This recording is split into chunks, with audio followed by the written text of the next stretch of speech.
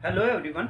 अब हम शैक्षिक तकनीक जो आपका इम्पोर्टेंट पेपर है, कोर पेपर है, सभी के लिए रहेगा। सेकेंड सेमेस्टर में आपको पता है कि हमारे दो पेपर सभी के लिए एक जैसे रहेंगे, जिसमें से शिक्षा के तकनीकी परिप्रेक्ष्य और पर्यावरण अध्ययन है, और बाकी दो विषय जो होंगे वो आपके स्कूल पेडागोजी से संबंधित होंगे, यानी ग्रेजुएशन में जो आपने दो सब्जेक्ट्स लिए थे उसी के तहत होगा। यानी उद्देश्य और लक्ष्य एक जैसे होते हैं, वो ज़रूरतें जिनको ध्यान में रखकर हम कार्य करते हैं,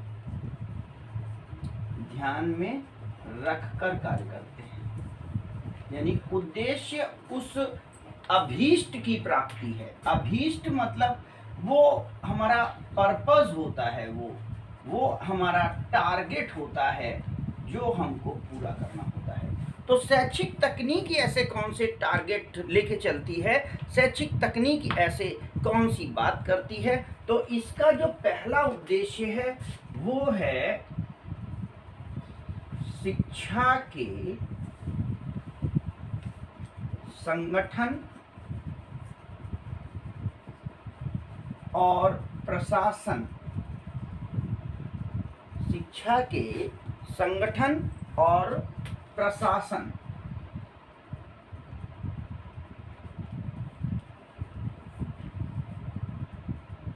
के सिद्धांत खोजना, के सिद्धांत खोजना, ये पहला उद्देश्य है। किसका? शैक्षिक तकनीकी का। शैक्षिक तकनीकी हमको ये बताती है कि हम शिक्षा का संगठन और प्रशासन कैसे करें, सिस्टम को कैसे हम चलाएं। दूसरा उद्देश्य जो हमारा है, व्यवहार में परिवर्तन। दूसरा उद्देश्य है व्यवहार में परिवर्तन। और व्यवहार में परिवर्तन किसके? इसमें तीनों चीजें आ जाएंगी। आप यहाँ पे शिक्षक, शिक्षार्थी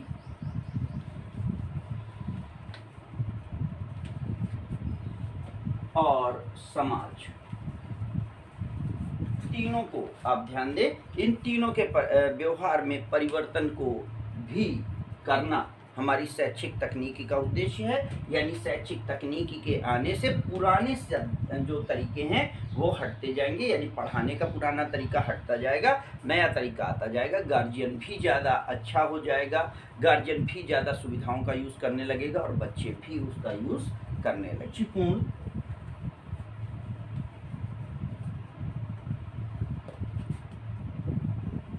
और प्रभावी पाठ्यक्रम का निर्माण,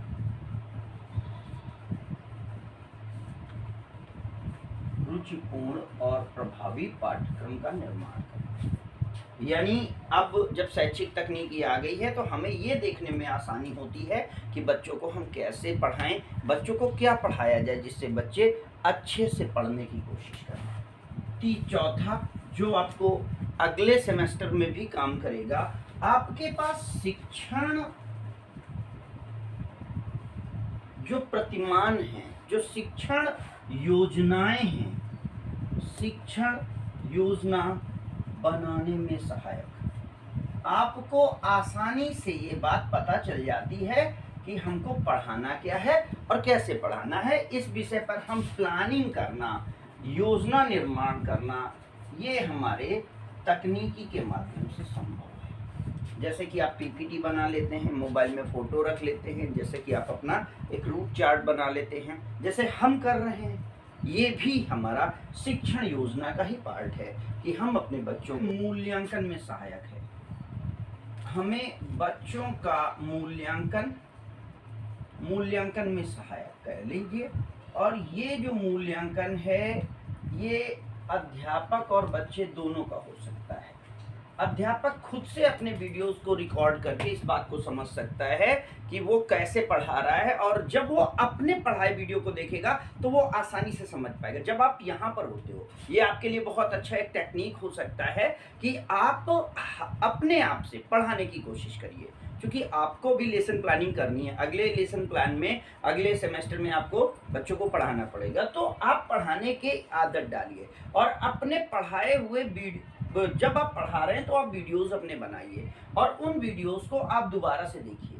आप जब खुद व्यूअर बन के अपने वीडियो को देखेंगे तो आपको पता चल जाएगा आपने क्या कमी की है। तो अध्यापक का भी मूल्यांकन है और छात्र के अध्ययन का भी मूल्यांकन होता है इसके द्वारा। तो छात्र के अध्ययन का मूल्यांकन, तो इस तरीके से प्रभावी मूल्यांकन शैक्षिक क्रियाओं के आयोजन में सहायक है। शैक्षिक क्रियाओं के आयोजन में सहायक। आप चाहते हैं कि आप वेबिनार आयोजित करें, आप चाहते हैं आपका प्रसार और संरक्षण करना अब आप ये बात समझिए कि कोई एक व्यक्ति एक निश्चित समय तक जीवन में रहता है, अगर उसके द्वारा की गई किसी चीज को पहले से ही वो वीडियो बना करके और रिकॉर्ड करके रख देता है तो उस व्यक्ति के जाने के बाद भी हम उसके दिमाग का, उसकी योग्यताओं का प्रयोग कर सकते हैं। ये एक बहुत बड़ा हमारे लिए फायदा है किसका, शिक्षण तकनीकी का, जिसमें ज्ञान का प्रसार होता है। क्योंकि हम एक होते हैं, हम कुछ समय तक ही पढ़ा सकते हैं। जैसे हम इस समय बहुत कम लोगों को फिजिकली बहुत कम पढ़ा पा रहे हैं, बट ये वीडियो चूंकि ऑन एयर होता है तो कोई भी इसे देख सकता है। भले वो 10, 20, 50 लोग ही देख रहे हैं, लेकिन कम से कम वो 50 लोग देख रहे हैं, जिसकी क्षमता हमारी ऐसे नहीं है। वो 50 लोग मेरे पास हरदम नहीं आ सकते।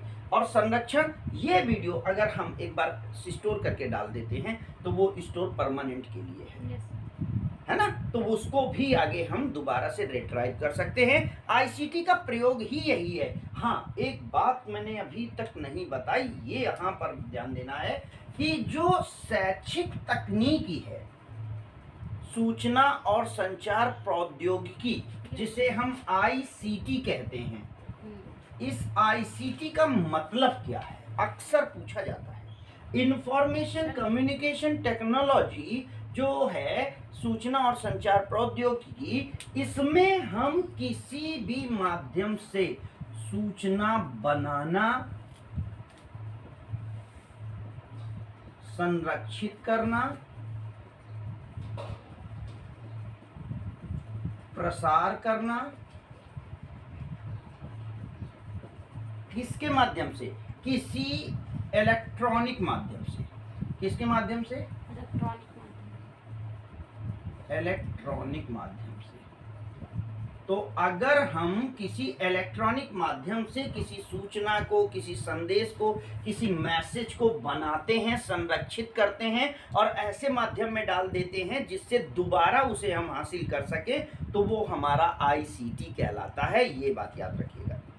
अगर आप केवल एक वीडियो बना रहे हैं और वीडियो आपकी मोबाइल की गैलरी में है तो वो आईसीटी नहीं है। उसको जब आप ऐसे माध्यम में डाल देते हैं जब उसका उपयोग दूर बैठा भी कोई शख्स कर सकता है तो आईसीटी हो जाता है। आईसीटी का मतलब मात्र वीडियो बना करके सेव कर लेना नहीं है, उसको एक चैनल में डालना भी है, जरूरी है, जिससे कि उसका प्रसार हो सके। तो इस तरीके से आईसीटी के अर्थ को बहुत अच्छे से समझ लीजिएगा। वो कह सकता है कि आईसीटी का काम क्या नहीं है या आईसीटी क्या काम करता है। आईसीटी में सूचना, जैसे इलेक्ट्रॉनिक माध्यम में कोई संदेश बनाना, संदेश संरक्षित करना, किसी माध्यम में डालना, अपने पास सेव करके रख लेना, वो कहेगा इनमें से कौन सा नहीं है। तो अगर आप केवल सेव करके रख रहे हैं तो वो इलेक्ट्रॉनिक माध्यम नहीं है, उसको माध्यम में डालना होगा। ये एक ऑब्जेक्टिव क्वेश्चन बहुत इंपॉर्टेंट आपके लिए बन रहा है। तो शैक्षिक उद्देश्य हमारे यहाँ पर पूरे हो जाते हैं। अब तकनीकी का विकास कब हुआ, कैसे हुआ और इसके बारे में हमने क्या सीखा, ये कैसे हमें पता चलता है कि हम किसको जाने। तो यहाँ पर एक नाम है जिसको आप ध्यान रखेंगे, इसे हम सिडनी प्रेसी कहते हैं। सिडनी प्रेसी, ये वर्ड आप समझ लें कि शैक्षिक तकनीकी के जनक के रूप में सिडनी प्रेसी को जाना जाता है, जिन्होंने 1926 पर इस पर काम किया। 1926 पर, और 1930 टू 1940 में लुम्सडेन और ग्लेजर, इसके साथ ग्लेजर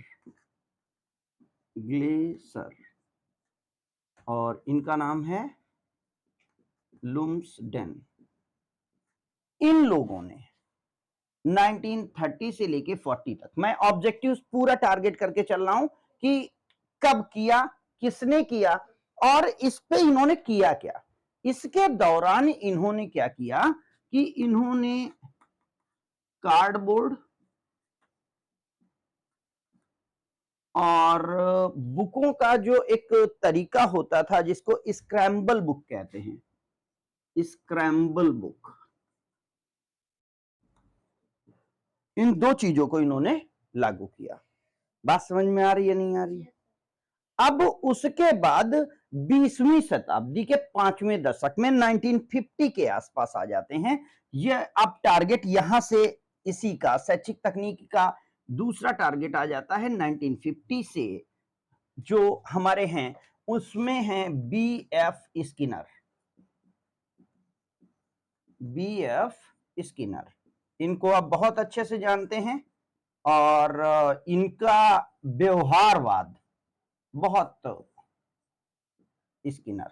अब इनका जो विशेष काम था, इनको बिहेवियरिज्म के लिए जाना जाता है। ये विशेष आपको ध्यान रखना है कि जो स्किनर हैं वो बिहेवियरिज्म के लिए जाने जाते हैं, व्यवहारवाद के लिए जाने जाते हैं। इस बात को आपको याद रखना है। यानी इन्होंने कहा कि मेंटल डेवलपमेंट के साथ साथ अगर व्यक्ति के एक्शंस पे आप ध्यान नहीं दे रहे हैं कि बच्चा क्या एक्शन कर रहा है, बच्चे की एक्शन की क्या सिचुएशन है, तो आप बहुत अच्छा स्टडी नहीं कर पा रहे हैं। अब यहां पर बीएफ स्किनर जी ने जो किया है वो इन्होंने कुछ अपने जो सिद्धांत हैं उनको बताया था, जिसमें पहला सिद्धांत इन्होंने जो दिया वो पुनर्बलन का सिद्धांत है। पुनर्बलन का सिद्धांत। क्वेश्चन हट भी रहा है थोड़ा सा टॉपिक से यहां पर, लेकिन आपको हिस्ट्री में बताना जरूरी है। इसे हम रीइंफोर्समेंट का सिद्धांत कहते हैं, लॉ ऑफ रीइंफोर्समेंट। ये पहला दिया। और दूसरा इन्होंने दिया theory of apparent conditioning, apparent conditioning, ठीक है, इस जिसको हम कहते हैं क्रिया प्रसूत अधिगम का सिद्धांत या क्रिया प्रसूत अनुकूलन का सिद्धांत। इसको आप बोलते हैं क्रिया प्रसूत अनुकूलन का सिद्धांत। ये दो सिद्धांत जब इन्होंने दिए तो इन सिद्धांतों में इन्होंने किया क्या? इन सिद्धांतों में आपको पता है इन्होंने एक्सपेरिमेंट किया है ना, बिल्ली पर एक्सपेरिमेंट, चूहे पर एक्सपेरिमेंट, इस तरीके से इन्होंने किए ना। तो ये जो एक्सपेरिमेंट किए गए ये तकनीक ही तो थी, ये मेथड ही तो थे। और जब किसी मेथड के माध्यम से हम किसी चीज को प्रूव करने की कोशिश करते हैं तो हम शैक्षिक तकनीकी पे काम कर रहे हैं, खासकर चूंकि उसका उद्देश्य हमारा शिक्षा देना है। अगर हम किसी तरीके से ऐसा कोई मॉडल यूज कर रहे हैं जिससे हम बच्चों में शिक्षा देना चाह रहे हैं तो वो तकनीकी के साथ साथ शैक्षिक भी मैटर हो जाता है, इसलिए वो शैक्षिक तकनीकी हो जाती है। मैं बार बार बताना चाह रहा हूं, ये वीडियो बनाना, अपलोड करना भी पार्ट ऑफ शैक्षिक तकनीकी है। और वर्तमान समय में तकनीकी विकास इतना बढ़ चुका है कि आज के 5 साल पहले कोई यूट्यूब में वीडियो बना करके इस तरीके से उसके बारे में बहुत कम सोचता था। हार्डली इंडिया में 4-5 हजार लोग होंगे और आज के समय में 4-5 हजार लोग पर डे सोच रहे हैं। हर तीसरा व्यक्ति रील बना रहा है, हर तीसरा व्यक्ति चैनल क्रिएट कर रहा है। तो ये जो चीज है ये तकनीकी का विकास है। इसका गलत उद्देश्य ना लिया जाए, मैं गलत किसी को कमेंट नहीं कर रहा हूं। मेरे कहने का मतलब केवल इतना है कि अब तकनीकी इतनी बढ़ चुकी है कि हम टोटल इलेक्ट्रॉनिक होते जा रहे हैं। और वर्तमान समय में पीएम ई विद्या के तहत ऐसे स्कूल लॉन्च किए जाने की बात है जहां पर टीचर ना होकर के केवल इंस्ट्रूमेंट होंगे और बच्चा अपने आप से वहां पर सीखने की कोशिश करेगा। आगे जब शैक्षिक तकनीक के लास्ट चैप्टर में आप चलेंगे तो वहां तो वहां पर आप देखेंगे कि किस तरीके से शिक्षा के जो आधुनिक मैटर हैं उनमें हमारी virtual classroom, overhead projector, robotics वगैरह का एग्जाम्पल दिया जा रहा है और उनके माध्यम से हम चीजों को पूरा कर पा रहे हैं। तो यहाँ पर क्रिया प्रसूत अधिगम का सिद्धांत दिया गया है। शैक्षिक तकनीकी के विकास के अगले क्रम में ब्रायन मोर, जो कि इंग्लिश में BRYNMOR स्पेलिंग है इनकी, इन्होंने शिक्षा के लिए प्रयास किया। ब्रायन मोर से पहले हमें ये बात भी समझनी बहुत जरूरी है कि BF स्किनर ने 1960 के दशक में अपने खुद के दो सिद्धांतों को लेते हुए अभिक्रमित अनुदेशन का सिद्धांत विकसित किया था। अभिक्रमित अनुदेशन का सिद्धांत, जो कि BF स्किनर महोदय ने पुनर्बलन का सिद्धांत और क्रिया प्रसूत अधिगम के सिद्धांत को एक सामंजस्यपूर्ण ढंग से समाहित करते हुए प्रोग्राम्ड लर्निंग के सिद्धांत को दिया था और ये 1960 के दशक में आया था। फिर ब्रायन मोर महोदय ने शिक्षा के क्षेत्र में अन्य विकास करते हुए उसे आगे बढ़ाने का प्रयास किया और इन्होंने शैक्षिक तकनीकी के माध्यम को, शैक्षिक तकनीकी में कुछ नई चीजों को लाने की कोशिश की और शैक्षिक तकनीकी को बढ़ाने का प्रयास किया। इन्होंने कहा कि शिक्षण सिद्धांत और शिक्षण विधियों को आगे ले जाने में हमारा जो शिक्षण का, शैक्षिक तकनीकी का प्रयोग है वो होना चाहिए। ब्रायन मोर महोदय ने ये जो विकास किए ये 1960 के दशक में किए और 1960 के दशक के बाद जो शैक्षिक तकनीकी के लिए अगला विकास का क्रम आया वो 1966 में आया, जिसमें NCERT की स्थापना की गई और NCERT का उद्देश्य national council for educational research and training है, जिसे कि हमने शिक्षा के क्षेत्र में स्थापित किया है। तो यहां पर RT पर ध्यान देना है। R का मतलब है रिसर्च और T का मतलब है ट्रेनिंग। यानी हम अगर रिसर्च पर काम करेंगे और टीचिंग पर या ट्रेनिंग पर काम करेंगे और उससे रिलेटेड होगी हमारी एजुकेशन, तो यहाँ पर शैक्षिक तकनीकी के लिए प्रयास करने वाला जो हमारा राष्ट्रीय संस्थान है वो शिक्षा के क्षेत्र में रिसर्च यानी अनुसंधान और प्रशिक्षण पर बल देने के लिए स्थापित किया गया है, जिसकी स्थापना 1966 में हुई थी। तो ये अभी तक आपने पूरे शैक्षिक तकनीकी के विकास के क्रम को देखा। अब हम शैक्षिक तकनीकी का विकास का अगला चरण देखते हैं। तो यहाँ पर हमें 3 नाम विशेष तौर पर मिलते हैं, जिनमें एमिडोन, जिन्होंने 1969 में काम किया। इसके पहले हम 1966 में NCERT की एस्टैब्लिशमेंट की बात देख चुके हैं। तो एमिडोन, फ्लैंडर्स और स्मिथ, ये 3 व्यक्ति थे जिन्होंने NCERT की स्थापना के बाद शैक्षिक तकनीकी के विकास के सिद्धांत में काम किया। फ्लैंडर्स के द्वारा दिए गए सिद्धांतों को बहुत ध्यान ढंग से देखना है आपको, क्योंकि ये इंपॉर्टेंट है और इससे लगभग 3 या 4 क्वेश्चंस आपके आते हैं। तो फ्लैंडर्स के सिद्धांत को बहुत ढंग से देखना है। फ्लैंडर्स की स्टडी इन 3 व्यक्तियों में बहुत अच्छे से की जानी है। फिर IAPL, जिसे कि हम इंडियन प्रोग्राम्ड लर्निंग एसोसिएशन के नाम से जानते हैं, जिसे भारतीय अभिक्रमित अनुदेशन संगठन कहा गया है। इसकी स्थापना 1970 में की गई थी, जिसका प्रमुख उद्देश्य ये टेप रिकॉर्डर का डेवलपमेंट, फिल्म ध्वनि संदेशों का डेवलपमेंट, स्लाइड्स को बनाना जैसे उपयोगी कार्य किए गए। शिक्षण विधियों के रूप में, शिक्षण सामग्री के रूप में इन संसाधनों का प्रयोग किया जाना, इनका विकास किया जाना और इनके प्रयोग के माध्यम से शिक्षण को एक प्रभावी और उचित दिशा दिए जाने का काम IAPL करता है। बहुत ही इंपॉर्टेंट संगठन है। अब हम शैक्षिक तकनीकी की सीमाओं पर बात करने जा रहे हैं। शैक्षिक तकनीकी की सीमाओं का अर्थ, शैक्षिक तकनीकी क्या कर सकती है और क्या नहीं कर सकती। तो वर्तमान में जो ई स्कूल चल रहे हैं, ई स्कूल का मतलब है हम विदाउट टीचर स्कूल्स करे जा रहे हैं, जिनका उद्देश्य बच्चों में तकनीकी पर निर्भर रहकर शिक्षा प्राप्त करना है। तो ये टेक्नोलॉजी क्या टीचर को रिप्लेस कर सकती है? टेक्नोलॉजी विदाउट टीचर क्या चल सकती है? इस विषय पर चर्चा करने की बात है, तो यहाँ पर बिग नो इसका आंसर है। यानी संसाधन कितने भी अच्छे हो जाएँ, संचार क्रांति कितनी भी आगे बढ़ जाए, लेकिन टेक्नोलॉजी कभी भी शिक्षक को प्रतिस्थापित नहीं कर सकती है, क्योंकि जो शिक्षक के द्वारा रिएक्शन होता है, जो रेगुलेशन होता है, वो बहुत इंपॉर्टेंट है। शैक्षिक तकनीकी को कितना भी आप बढ़ा दें, अगर वहाँ पर शिक्षक नहीं है, तो क्लास का नियंत्रण खत्म हो जाएगा और बच्चे आपस में झगड़ पड़ेंगे और क्लास का जो उद्देश्य है वो हट जाएगा। तो इस तरीके से शिक्षक के बिना तकनीकी कभी भी सक्षम नहीं हो सकती, सफल नहीं हो सकती। लेकिन फिर भी शैक्षिक तकनीकी की सीमाओं को हम कैसे जानें और शैक्षिक तकनीकी की क्या-क्या सीमाएँ हैं, इसको हम अध्ययन करते हैं। तो शिक्षक का स्थानापन्न शैक्षिक तकनीकी नहीं हो सकती, ये एक इसका पहला सीमा है इसकी या इसकी पहली कमी है।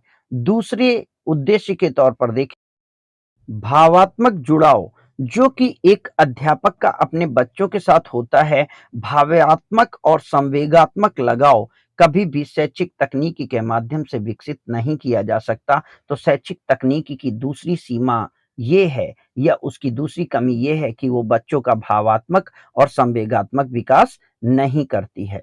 बच्चे का जो लगाव है, जो बच्चा गुड मॉर्निंग, गुड इवनिंग और गुड डे कह कर के आता और जाता है, वो कभी भी कंप्यूटर और किसी टेक्नोलॉजी के साथ नहीं हो सकता है।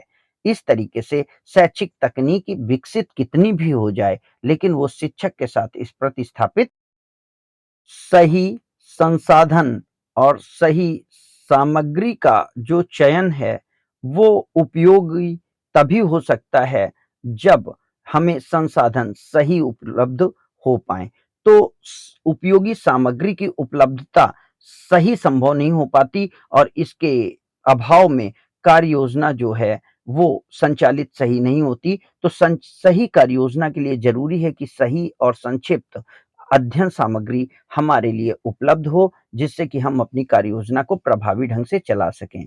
अगली सीमा के तौर पर हम देखते हैं कि जो प्रशिक्षण और विशेष ज्ञान की आवश्यकता है, वो एक शिक्षक को होती है। शैक्षिक तकनीकी अगर शिक्षक प्रशिक्षित नहीं है और वो विशेष ज्ञान अर्जित नहीं कर पाया है या उसे उस तकनीकी का अध्ययन करने का अनुभव नहीं है या तकनीकी के उपयोग का अनुभव नहीं है, तो ऐसे में वो शैक्षिक तकनीकी का प्रयोग नहीं कर सकता। शैक्षिक तकनीकी के प्रकार को लुम्सडेन महोदय ने बाँटा है और शैक्षिक तकनीकी को 3 प्रकार में बाँटा गया है। तो लुम्सडेन महोदय का आपको याद रखना है नाम। इन्होंने शैक्षिक तकनीकी के लिए पहली जो प्रक्रिया रखी है या पहला जो प्रकार रखा है, वो शैक्षिक तकनीकी का प्रथम प्रकार हार्डवेयर उपागम है और हार्डवेयर उपागम को हम उन संसाधनों में मान सकते हैं, जिन्हें कि हम अपनी इंद्रिय द्वारा छू सकते हैं या इंद्रियों द्वारा जिन्हें हम महसूस कर सकते हैं। इसके उसमें दूसरा उपागम हमारा शैक्षिक तकनीकी द्वितीय या सॉफ्टवेयर उपागम है और तीसरे उपागम में शैक्षिक तकनीकी का जो तृतीय है, जो प्रणाली विश्लेषण उपागम है, जो मीडियम है, वो बहुत इम्पोर्टेंट है। इन दोनों के माध्यम से हमें कंटेंट डेवलपमेंट करना सीखना होता है। हम अपनी अध्ययन सामग्री, शिक्षण सामग्री या प्रविधियाँ बना सकते हैं, लेकिन जब तक हम उनको मीडियम में नहीं डालेंगे, तब तक वो आईसीटी के प्रयोग में नहीं आती हैं और उन्हें आईसीटी के तहत नहीं रखा जा सकता है। तो इस तरह से हम देखते हैं कि जो हमारी आईसीटी है, आईसीटी तभी होगी जब हमारे द्वारा बनाया गया ये जो द्रव्य श्रव्य संसाधन है, वो एक इस ऐसे माध्यम में रखा जाए, जिसे कहीं से भी कोई भी व्यक्ति प्राप्त कर सकता है, जिस सुविधा अनुसार दोबारा प्राप्त करके हम अपने अध्ययन को आगे बढ़ा सकते हैं। सॉफ्टवेयर, हार्डवेयर के बारे में आगे मैं चर्चा कर रहा हूँ। इम्पोर्टेंस ऑफ हार्डवेयर, कठोर शिल्प उपागम का महत्व। आपको कठोर शिल्प बड़ा अजीब वर्ड लग रहा होगा, लेकिन ये हार्डवेयर के लिए प्रयोग होता है, क्योंकि हार्डवेयर उस पार्ट को कहते हैं तकनीकी के, जिसे कि हम हाथों के द्वारा, इंद्रियों के द्वारा छू सकते हैं, महसूस कर सकते हैं। तो क्या इसका महत्व है? तो पहला है, इसके द्वारा ज्ञान का संचय होता है, इसके द्वारा संप्रेषण किया जाता है। संप्रेषण का मतलब कम्युनिकेशन किया जाता है, सूचना एक से दूसरे व्यक्ति तक दी जाती है, इसके द्वारा ज्ञान का विकास होता है। शैक्षिक मूल्यांकन और शैक्षिक प्रशासन संबंधी सूचनाओं और प्रदत्तों को रिकॉर्ड किया जाता है, यानी शिक्षा से संबंधित जो सूचनाएं और आंकड़े होते हैं उनको रिकॉर्ड करने का काम इसमें किया जाता है। इसके द्वारा प्रभावी शिक्षण प्रक्रिया को अपना करके रुचिकर, स्पष्ट और प्रभावी बनाया जा सकता है, यानी शिक्षण अधिगम प्रक्रिया को और इंटरेस्टिंग बनाने के लिए हार्डवेयर का प्रयोग होता है। इसके द्वारा व्यक्तिगत और सामूहिक दोनों प्रकार के अनुदेशनों की व्यवस्था की जाती है, यानी व्यक्तियों को जितना समस्या होती है उसके बारे में सारी डिस्कशन की जा सकती है।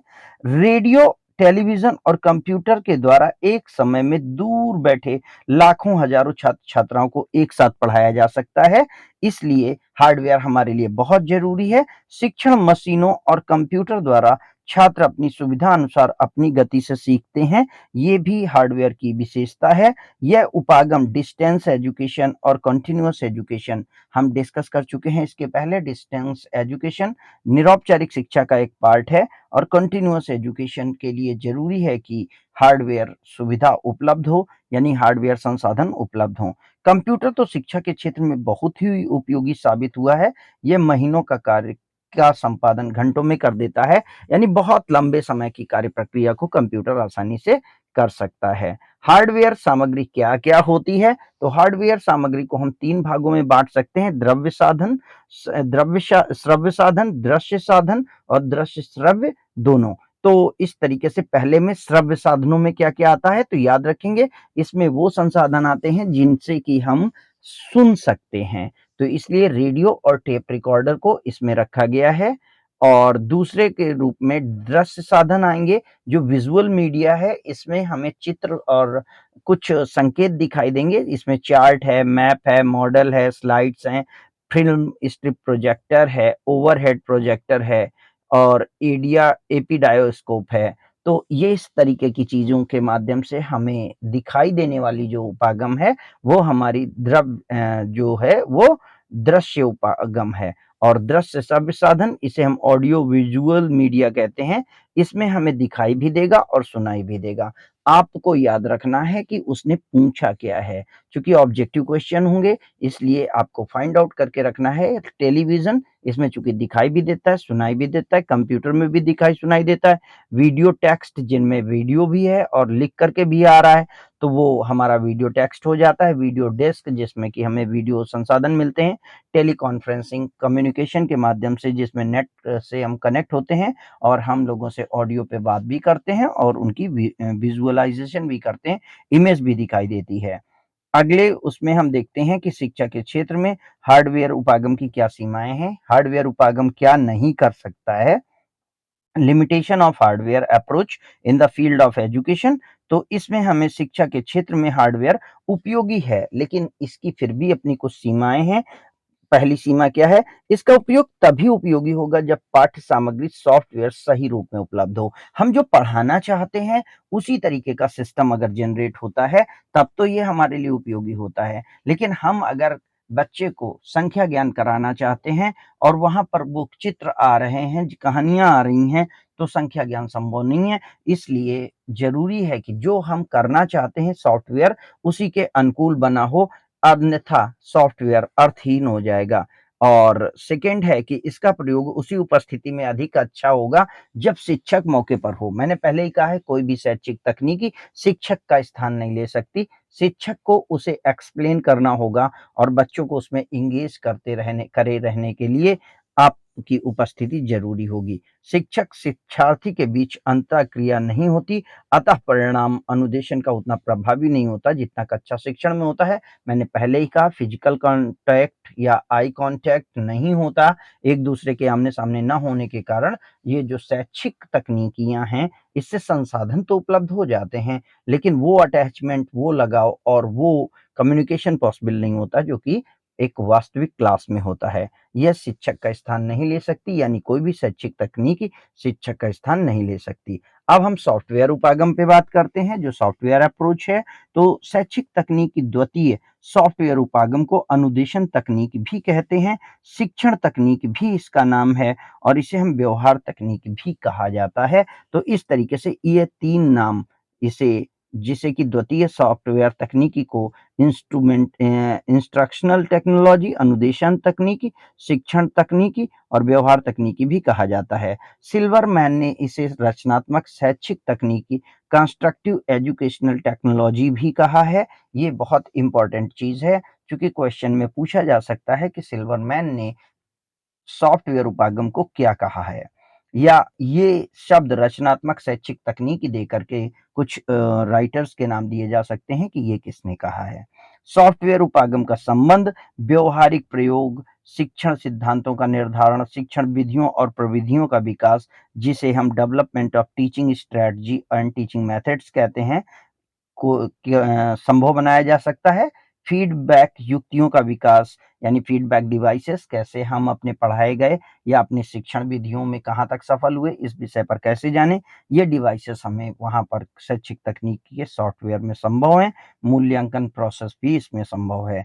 शैक्षिक तकनीकी के तीनों पक्षों, यानी इनपुट जिसमें अदा, जिसमें हम इंस्ट्रक्शन देते हैं, निर्देश देते हैं, आउटपुट जो इंफॉर्मेशन हम शैक्षिक तकनीक या कंप्यूटर से या प्रोग्रामिंग से पाते हैं, और प्रोसेस जो हमारे द्वारा दिए गए डेटा को प्रोसेस करके जो फाइनल रिजल्ट हमें दिया जाता है, ये तीनों प्रक्रियाएं सॉफ्टवेयर के अंतर्गत आती हैं। बहुत इंपॉर्टेंट क्वेश्चन बनता है ये कि इनपुट, आउटपुट और प्रोसेस ये किस तकनीकी में है, हार्डवेयर में, सॉफ्टवेयर में, या ये आपके प्रोग्राम या मीडियम टेक्निक्स में है। तो ये आपकी द्वितीय तकनीक यानी सॉफ्टवेयर तकनीक में है। और ये भी पूछा जा सकता है शैक्षिक तकनीकी के पक्ष कौन कौन से हैं या कितने पक्ष हैं। इसके 3 पक्ष हैं, जिन्हें हम इनपुट, आउटपुट और प्रोसेस कहते हैं। ये तीनों उपागम इसी में आते हैं। शिक्षा के क्षेत्र में सॉफ्टवेयर उपागम की उपयोगिता और महत्व, क्यों आखिर ये हमारे लिए इतना इम्पोर्टेंट है, तो importance and significance of software approach in the field of education को देखेंगे। तो शिक्षा के क्षेत्र में शैक्षिक और सॉफ्टवेयर उपागम को 2 रूपों, सैद्धांतिक और प्रायोगिक के रूप में देखा जा सकता है। यानी प्रिंसिपल्स के तौर पर भी ये इम्पोर्टेंट है और प्रैक्टिकल के तौर पर भी ये इम्पोर्टेंट है। इस उपागम में शैक्षिक उद्देश्यों की प्राप्ति हेतु उचित पाठचर्या का निर्माण और विकास किया जा सकता है। शिक्षण लक्ष्यों को व्यवहार के रूप में परिवर्तित कर उनमें वस्तुनिष्ठता प्रदान की जाती है। इसमें शिक्षण लक्ष्यों की प्राप्ति हेतु उपर्युक्त कार्य योजना का निर्माण किया जा सकता है। इसमें पुनर्बलन के लिए सामग्री और विधियों का विकास किया जा सकता है। इसमें मूल्यांकन की प्रभावी विधियों का विकास होता है। ये आप याद रखेंगे, क्या इम्पोर्टेंस सॉफ्टवेयर के हैं, क्या इम्पोर्टेंस हार्डवेयर के हैं। इसमें इनपुट, प्रोसेस और आउटपुट के तीनों पक्षों के विकास पर बल दिया जाता है।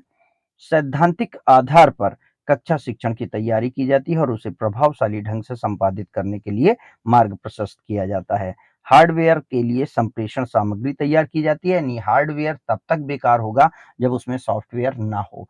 सॉफ्टवेयर अच्छा नहीं है तो हार्डवेयर बेकार है, और अगर हार्डवेयर नहीं है तो सॉफ्टवेयर चलाया नहीं जा सकता। तो इस तरीके से हार्डवेयर, सॉफ्टवेयर एक दूसरे पर आश्रित हैं और इसमें निरंतर शोध और सुधार को बढ़ावा दिया जा सकता है। यानी इसमें आप इम्प्रूवमेंट परमानेंट कर सकते हैं। इसकी उपागम की क्या सीमाएं हैं? Limitations of software approach in the field of education. यह मनुष्य को एक जैविक मशीन मानती है, मैन को भी ये मशीन मानती है, इसलिए मन के अंतःकरण, जिनमें कि mental, logic, reasoning and experience वगैरह का ये अनुभव नहीं करती, इसलिए इसके दावे आधे सत्य हैं, चूंकि ये पूरे सत्य पर आधारित नहीं बात करती। शिक्षा के क्षेत्र में मानवीय विकास के स्थान पर वैज्ञानिक पक्ष पर अधिक बल देती है। ये आपके साइंटिफिक अप्रोच पर बल देती है, जबकि हमें शिक्षण के क्षेत्र में ह्यूमन अप्रोच पर भी काम करना होता है। ज़रूरी नहीं है कि हमारा बच्चा उतना प्रभावी ढंग से सीख ही रहा हो। बच्चे के साथ भावनात्मक जुड़ाव रख करके उसे सिखाने की कोशिश की जाए तो ज़्यादा बेहतर होगा, बजाय कंप्यूटर के बीच में रख करके उसे मशीन बना दिया जाए। सॉफ्टवेयर का प्रभाव उपागम उतना प्रभावी नहीं जितना कि बताया जाता है। जैसा कि मैंने पहले कहा, अगर बच्चे आपकी क्लास में हैं तो कौन सा बच्चा किस तरीके से सीख सकता है, बच्चे की स्थितियां क्या हैं, इन सब का अध्ययन सॉफ्टवेयर नहीं कर सकता, हार्डवेयर नहीं कर सकता। इसका अध्ययन आप एक इंसान कर सकता है और यही रीज़न है कि तकनीकी को इंसान से प्रतिस्थापित नहीं किया जा सकता। यह अपने में शिक्षक का विस्तार नहीं करती, ये विज्ञान के मूल सिद्धांतों पर निर्भर होकर के काम करती है। तो इस तरीके से सॉफ्टवेयर तकनीकी शिक्षण को एक लिमिट में बाँध के रख देती है। वीडियो को मैं यहाँ पर समाप्त कर रहा हूँ। अगला वीडियो हार्डवेयर और सॉफ्टवेयर उपागम के डिफरेंसेस को लेकर तुलनात्मक अध्ययन का होगा, जो बहुत जल्दी अपलोड करूँगा। Thank you.